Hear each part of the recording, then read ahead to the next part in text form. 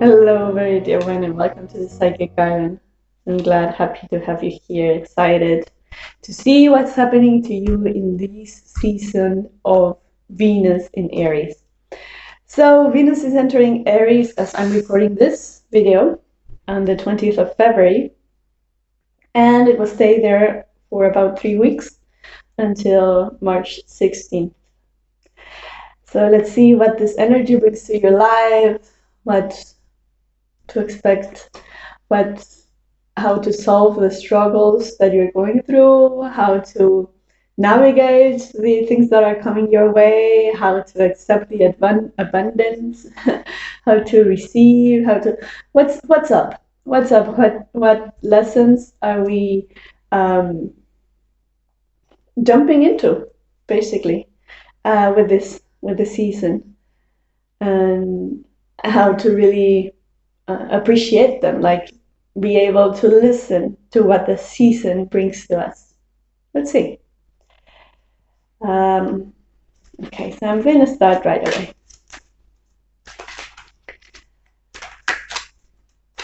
I'm simply being guided by what your guides want me to do, and I don't know really how this reading will develop. So I'm very curious to see what Venus in Aries is bringing to us. Let's open this.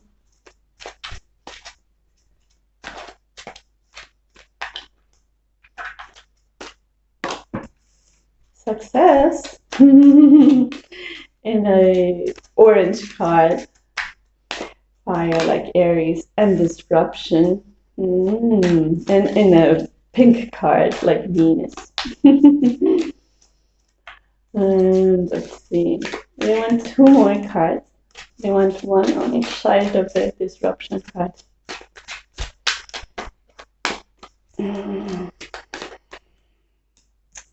Here. Please don't guess one more.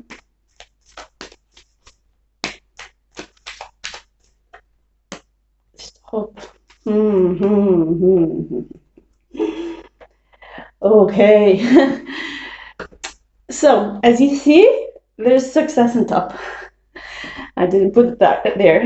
It was put there. There's success on top of a lot of struggles, kind of. Things, the struggles are basically the fear to move forward, the fear to accept that this success in life is meant for you.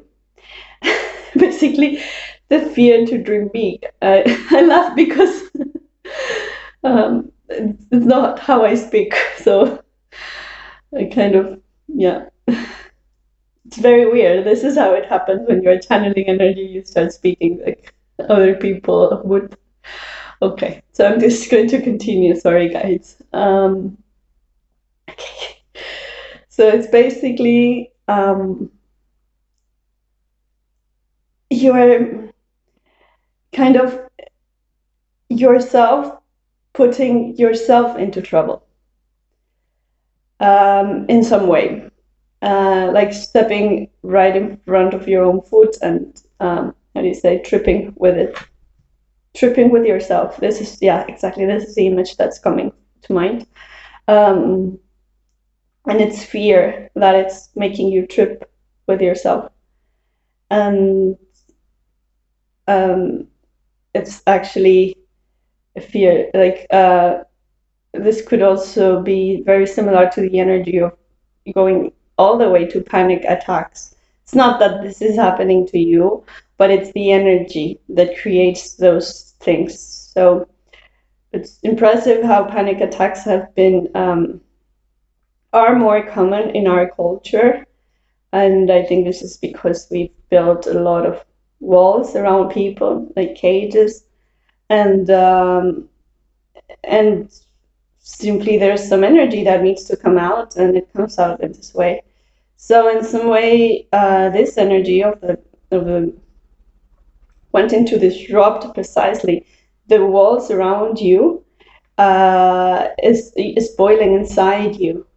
But in some way, you fear also this energy, But this energy, which is so alive, is what's bringing you success. So when you stop this energy, you don't allow for it to flourish. And this stopping is you tripping in front of yourself. So be very watchful when you're afraid. Like, recognize this season, these 3 weeks, bring this with you. Recognize when you are jumping into fear. And then how is your body reacting to that? And then, so fear might be a good signal of something, having to act in some way. See how your body reacts. Sometimes the body itself carries the answer of how to react. And so what's looking towards? Where is it moving to? What is it driving you to do? Okay? And then bring consciousness to that before you act, but don't stop it. Just bring consciousness to it. And then from there, allow it to flow, disrupting things that are making you feel imprisoned, and breaking free from that, breaking free from your own imprisonment. It's funny because it's the feeling of fear that it's going to signal that you're about to break free from some imprisonment. And this freedom is what's bringing you success. So the energy of Venus in Aries is kind of channeling this fire energy to the ground, to the sustainability of you yourself in this world. But it can be very feel too much, and that you really don't know what to do with it. And this is why it triggers some fears, some expectation also, fears and expectations together. And this is what's going to drive you to flow into that energy and to bring the most out of it. Okay? Let's see. So they're asking for 3 cards, and then they're asking for 1 of this.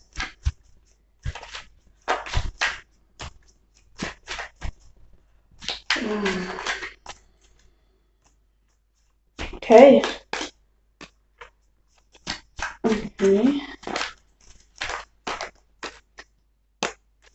Okay. And they want this now. Well. Okay. Okay. So your automatic reaction when you feel this fear is to isolate, which is good in some way, because sometimes we need to take a moment out, be with ourselves when strong emotions come, and actually in order to be able to channel them in the best way possible. So it's a good automatic first reaction, but it's very important that you don't remain there, that you go into an exchange of energy with people that you feel love for, and that in whichever situation when you feel that there is love from a two-sided love thing. And two-sided love thing might be you and a group of people, and right, it's not 1 + 1. It's or 1 person plus 1 person. It's 1 person plus 1 community, 1 person plus 1 group of people or students, whatever. So wherever you feel a channel of love, you are safe to express these fears, to express how do you want to bring disruption to a certain situation. And what it means here is, how do we change what is making us, this is like in a conversation of how do we change what is making us feel caged. And for example, if this is in a job situation, these conversations are going to bring success to that collaboration. So it's any type of this conversation, this integrating your own fears, your emotions, not with it in a conversation with others and bringing ideas that seem crazy or disruptive, it's what's going to make you advance in a, like a abundant type of, like, the images on my mind were just like movie scenes of beauty and abundance and a beautiful scenery. It's what I see. It's a beautiful scenery. um, hmm? Um, yes, and I'm just noticing the colors. There's a lot of love and a lot of energy, and also this kind of darkness in behind. So allow for this darkness to be in there. Don't try to shut it down. It's meant to be there. There's some kind of darkness of unknown, and allow this to be there. It's good to have unknowns, because this is how you're also going to what inspires you to experiment with new ideas, to find what's behind what's unknown, what is behind this mystery. With the Ten of Swords right now, what I feel is be aware of how you move your mind, and what ideas are making you not able to value. So which ideas in yourself you are dismissing them as not valuable. Just be aware that there's a part of your mind that is dismissing things as not valuable, as not good enough, as not it's not going to be appreciated enough. And this is what's making you stagnant, actually. So be aware if there are things that are stopping you from action because you feel that it would be too much to act on something, to say something, to express something. And find the inspiration in the possibility of success so that you can start moving and move against these things that are stopping you. There is nothing to be afraid of if you walk from a place of love. So always ask yourself, is this loving? Is it a loving movement? Is there love for me and others when I do this? And I'm sure there will be, because our guides are always talking us about, telling us or speaking to us about situations in which we cannot move because we have strange ideas around it. But on the foundation, on the ground of this movement, there's love and there is expansion and there is beauty. So I'm sure that where you want to move, it's a place of love, expansion, and beauty for you and those around you, because also love is never only for oneself. That doesn't, it simply is not how it manifests. So it's for you and those around you. And what might be stopping you is feeling the sense that your ideas are going to be too much, and that you're going to feel that be rejected because of this, and that things might fall into some kind of hopeless place. So it's better not to do anything.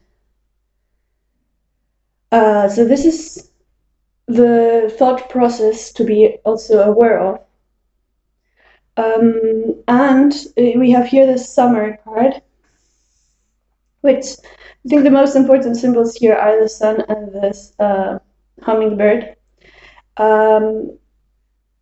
How nature is bringing light to important messages that are going to be manifested in a beautiful way for you. So your signs to look out for is beauty, nature and what you see behind beauty.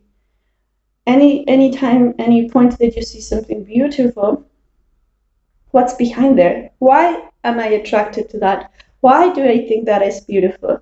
And how can I multiply this beauty? How is beauty multipliable? This is the question that's going to guide you, that's going to bring this disruption and into the success. And I think I precisely mentioned these two aspects, the hummingbird and the sun, because again, it's Venus and Aries coming together, beauty and the fire and inspiration. Okay, so they want two more cards of this to clear some message for this. They were asking like for them. Let's see what they want. Okay, it's 3, not 2. Okay. Okay. Yeah. So you see how much water there is here. There is the Ace of Cups, the Four of Cups, the Knight of Cups, and the Ace of Cups. We have 4 water cards and we have 2 swords cards.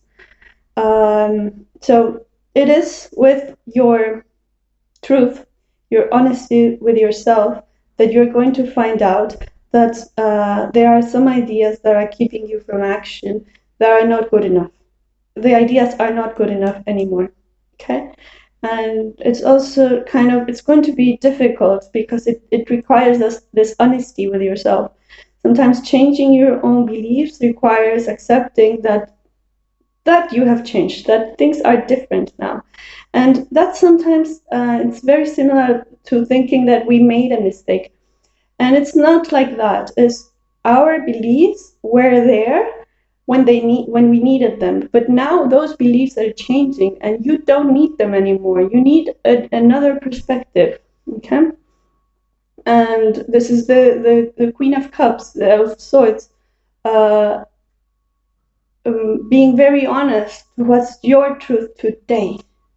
And letting go of those things that are not that are actually stopping you from this disruption that's bringing success. Ace of Cups again. So it's you starting this energy, this you bringing together the fire and the beauty into a situation that is going to be very successful in that way. And with the Knight of Cups here, I feel actually this is another person. So this is another person walking, like it's you guiding the process, and another person is being guided by you. Okay, so there's another person or another community here with this 2 of Cups, another community, another person, another very, very loved one. And as I say, when I say one, I mean could be students, could be a group of people. So a very, very loved one who is being guided by you. But they also bring their own energy. So it's a part of them that's being guided by you. And there's also another part that is looking within. So you have to acknowledge, yes, that you are setting these things into motion. You're the one that's starting and moving. And because this is your place, you are the one making this work of fear, of self-knowledge, and bringing together and bringing up this disruption into something. Because you are the one presented with this opportunity, so you're the one guiding this process. And this other community of person is looking to be guided by you. But it's very important that you know that it's not that they are going to follow your steps 100%. Actually, they look like they are looking in another direction, not really trusting some things that you say, not really knowing if they are following your guidance, but their intuition and their soul is following. Okay?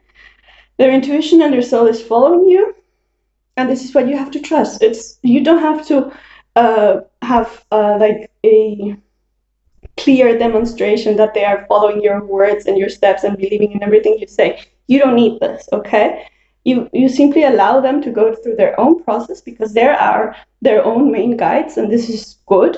This is how it's supposed to be. But since you're the disruptive energy here, the energy of change in this situation, yes, it's important for them to follow your lead. But it's their innermost being which is following your lead. So sometimes in the material world, in the actions, it might seem that they are kind of looking in another way. And this is also good, because they are going to bring something to the situation of this disruption. So that's two-side guided. At some point, it's going to become two-side guided. And yeah, and this is where the success actually is coming from. Yeah, it was very important to acknowledge this, that at the beginning, you're going to be the ones stepping up first, and then it's going to be joint forces. At some point, it's going to become two-side guided, and it's beautiful. We have two hummingbirds here right now, actually just confirming what I just said. And I was talking about the hummingbirds and Venus, and okay, and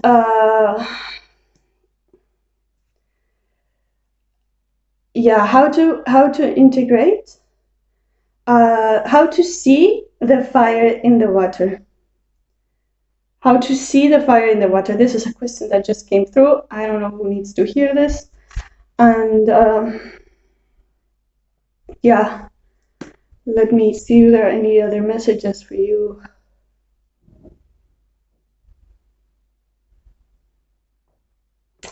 I want one of these cards to close.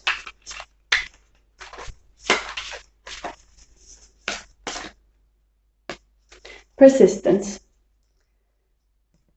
Yeah. And persistence is precisely a card that I always associate with in the dark night, in the darkness. How do you bring color? How do you stay up every night to see the dark places and illuminate them with light? That brings me back to the type of shadow energy, darkness that I was feeling, and it's acknowledging this darkness, that it's actually the thing that brings this inspiration for disruption. So it's very important to feel the darkness, to go into there and grow from there. Okay, so I thank you very much for your energy, for being here. I wish you the best for this season. And yeah, I see you around. Share, like, subscribe, and thank you.